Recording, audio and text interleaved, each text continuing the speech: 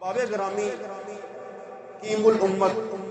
بندر لاہوری حضرت ڈاکٹر علامہ محمد اقبال، آپ کو حکیم الامت کہا جاتا ہے، کیونکہ حکیم الامت وہ ہوتا ہے جو امت کی پریشانی، امت کے درد، امت کے امراض کی تشخیص بھی کرتا ہے تو اس کا علاج بھی کرتا ہے۔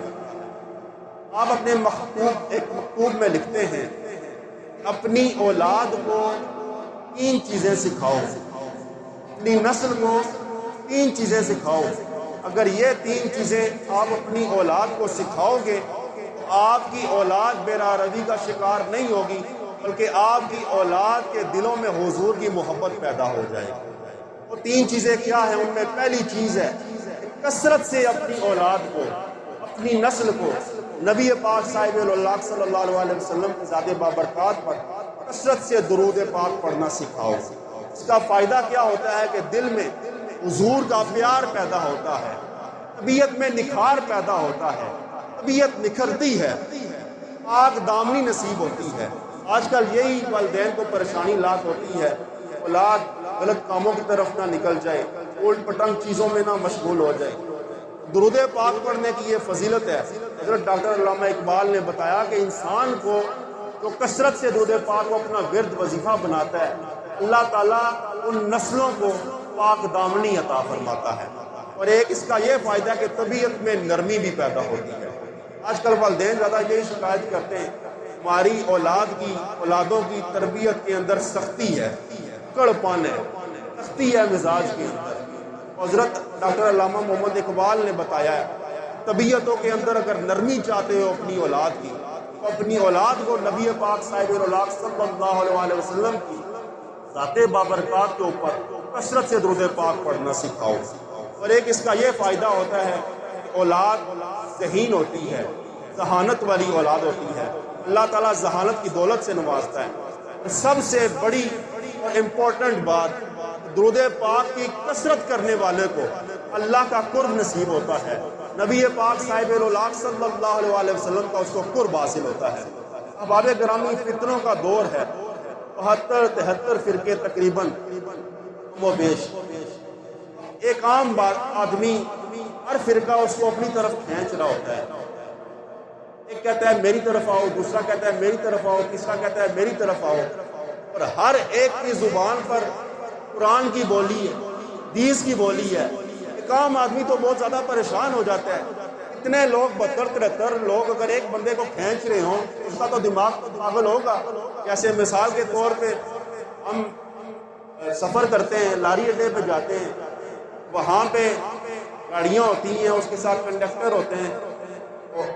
ایک جو ہے وہ کنڈکٹر ہو سکتا ہے کہ بچے کو پکڑ کے لے جائے، میری گاڑی میں آ جاؤ، دوسرا سامان پکڑ کے ادھر جا رہا ہوگا، میری گاڑی میں آ جاؤ، تیسرا ہو سکتا ہے کسی مائی کی بازو پکڑ کے جا رہا ہو کہ بھائی میری گاڑی میں آ جاؤ۔ تو اب اتنے بندے ایک بندے کو کھینچ رہے ہوں تو اکثر وہ تنگ آ کے لوگ کہتے ہیں کہ بھیا ہم نے کہیں بھی نہیں جانا، میں چھوڑ دو، کیونکہ سامان ادھر جا رہا ہو، بچے ادھر جا رہے ہو، اس بندے کو گھسیٹ کے کوئی دوسری طرف لے کے جا رہا ہو، وہ سر پٹا جائے گا کہ میں کدھر جاؤں، پریشان ہو جائے گا۔ تو اتنے لوگ 72-73 لوگ اگر ایک آدمی کو اپنی طرف کھینچ رہے ہوں تو اس کے لیے پریشانی تو بنتی ہے کہ بھائی میں کس طرف جاؤں۔ یہ مسئلہ کسی نے حضرت امام زین العابدین رضی اللہ تعالیٰ عنہ سے پوچھا کہ اے امام بتائیے، جب ایسا دور آئے گا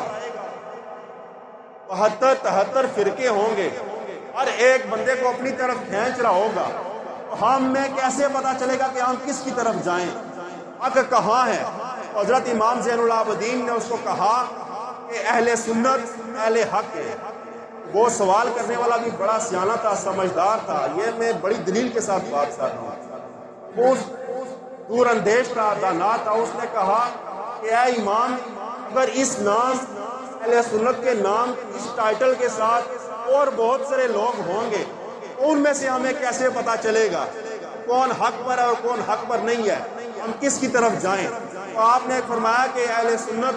علامات اہل سنت کثرت الصلاۃ النبی صلی اللہ علیہ وسلم، ان کی نشانی یہ ہوگی کہ کثرت سے نبی پاک جانے کا عنایت، احمد مجتبی حضرت محمد مصطفیٰ صلی اللہ علیہ وسلم کی ذات بابرکات کے اوپر درود و سلام پڑھنے والے ہوں گے۔ احباب گرامی، اپنی نسلوں کو درود پاک کی کثرت کرنے کا ایک فائدہ یہ بھی ہوتا ہے کہ فتنوں کے دور میں انسان کو ہمیشہ حق حاصل ہو جایا کرتا ہے۔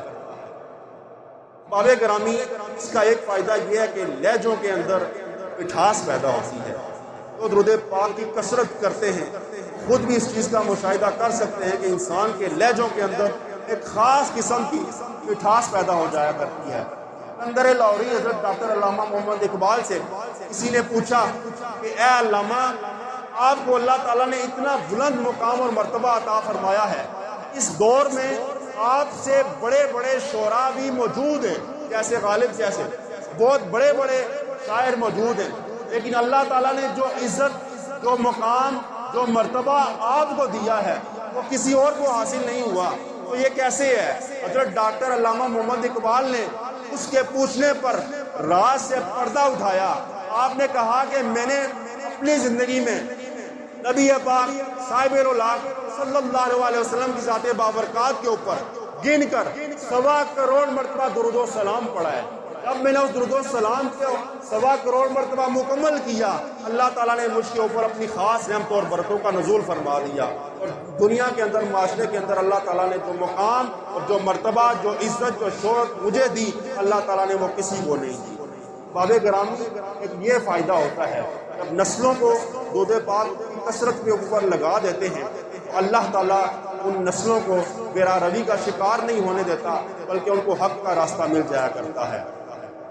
دوسری چیز، ان 3 چیزوں میں سے جو حضرت علامہ اقبال نے فرمایا کہ اگر اپنی نسلوں کو سدھارنا چاہتے ہو، اگر چاہتے ہو کہ ان کے دل کے اندر حضور کی محبت پیدا ہو، تو یہ 3 کام کرو۔ پہلی، درود کی کثرت کرواؤ، اور دوسرا، جیسے انسان کی فطرت ہے وہ حسن کی طرف جاتا ہے، حسن انسان کی فطرت میں ہے، کوئی بھی انسان ہے وہ حسن کی طرف جاتا ہے، وہ حسن لب و رخسار میں ہو،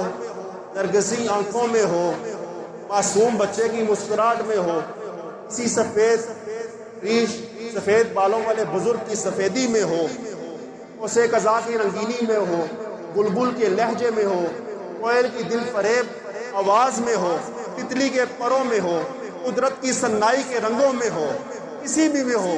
حسن ایک ایسی چیز ہے، فطرتاً انسان حسن کی طرف لڑکتا چلا جاتا ہے، حسن کی طرف دل مائل ہوتا چلا جاتا ہے۔ اقبال فرماتے ہیں کہ جب یہ چیز طے ہے، انسان کا دل فطرتی طور پر حسن کی طرف چلا جاتا ہے، تو پھر آؤ اس دل کو وہاں لے چلو کہ جہاں حسن بھی پانی بھرتا ہے،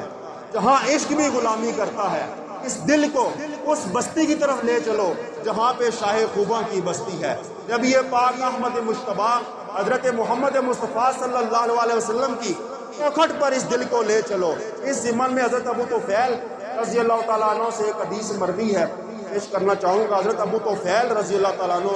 وہ صحابی رسول ہیں جن کو صحابہ میں سب سے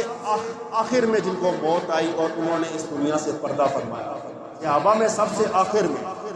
وہ حج کا موسم تھا، جمع غفیر تھا، آپ ایک ٹیلے پر کھڑے ہو گئے اور اونچی اونچی آواز سے ندا کرنے لگے، اے لوگو، مجھے اس بات پر فخر ہے اس وقت روئے زمین کے اوپر میں تم سب میں ایک واحد شخص ہوں جس نے حضور کو دیکھا ہے، جس نے حضور کا دیدار کیا ہے، جس نے حضور کو اپنی آنکھوں سے دیکھا ہے، آؤ مجھ سے حضور کی باتیں سنو۔ سارے لوگ ان کے پاس حضرت ابو طفیل رضی اللہ تعالیٰ عنہ کے پاس جمع ہو گئے۔ وہ لوگوں نے جمع ہو کر کہا کہ اے حضرت ابو طفیل، ہمیں حضور کا حسن بتاؤ، حضور کا حسن کیسا تھا؟ تو حضرت ابو طفیل رضی اللہ تعالیٰ عنہ نے 3 الفاظ میں حضور کا حسن بیان کیا۔ انا رسول اللہ صلی اللہ علیہ وسلم ابیض ملیحا مقصدا، 3 الفاظ میں حضور کا حسن بیان کیا کہ ابیض، حضور کا رنگ چٹا گورا تھا، سفید یعنی کہ چونے کی طرح سفید نہیں، حضور کا رنگ سفید تھا اور اس کے اندر سرخی کی آمیزش تھی۔ اتنا خوبصورت رنگ اللہ نے اپنے پیارے محبوب کو عطا کیا ہوا تھا۔ اور دوسرا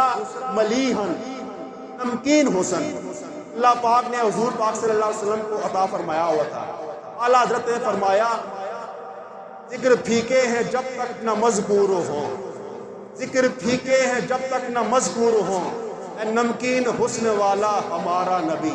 سب سے اولا ہو اعلیٰ ہمارا نبی، سب سے بالا ہو اعلیٰ ہمارا نبی۔ تیسرا تھا مقصدہ،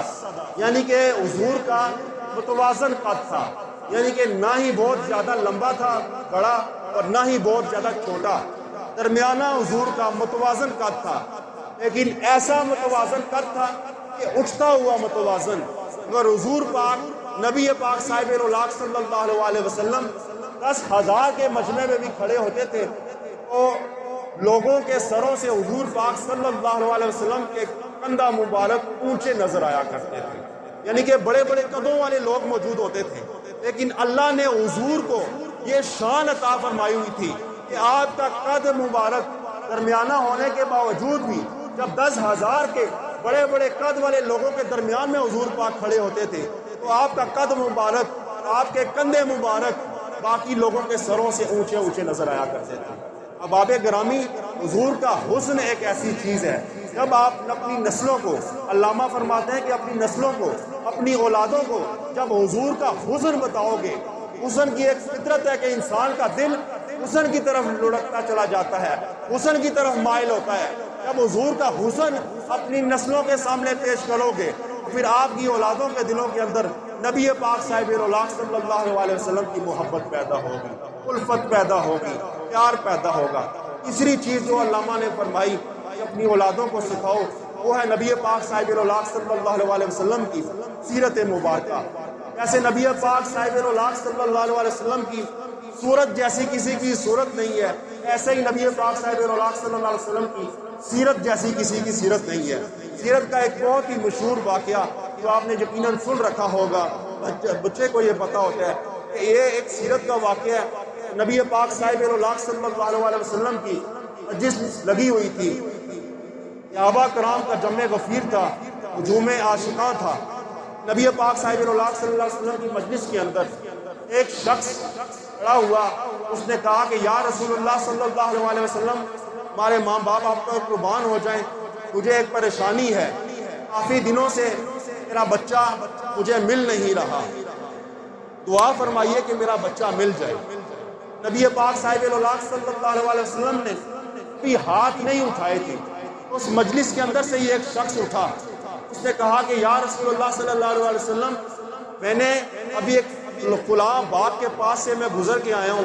میں نے یہ بچے کو دیکھا ہے، وہ اس باغ کے اندر بچوں کے ساتھ کھیل رہا تھا۔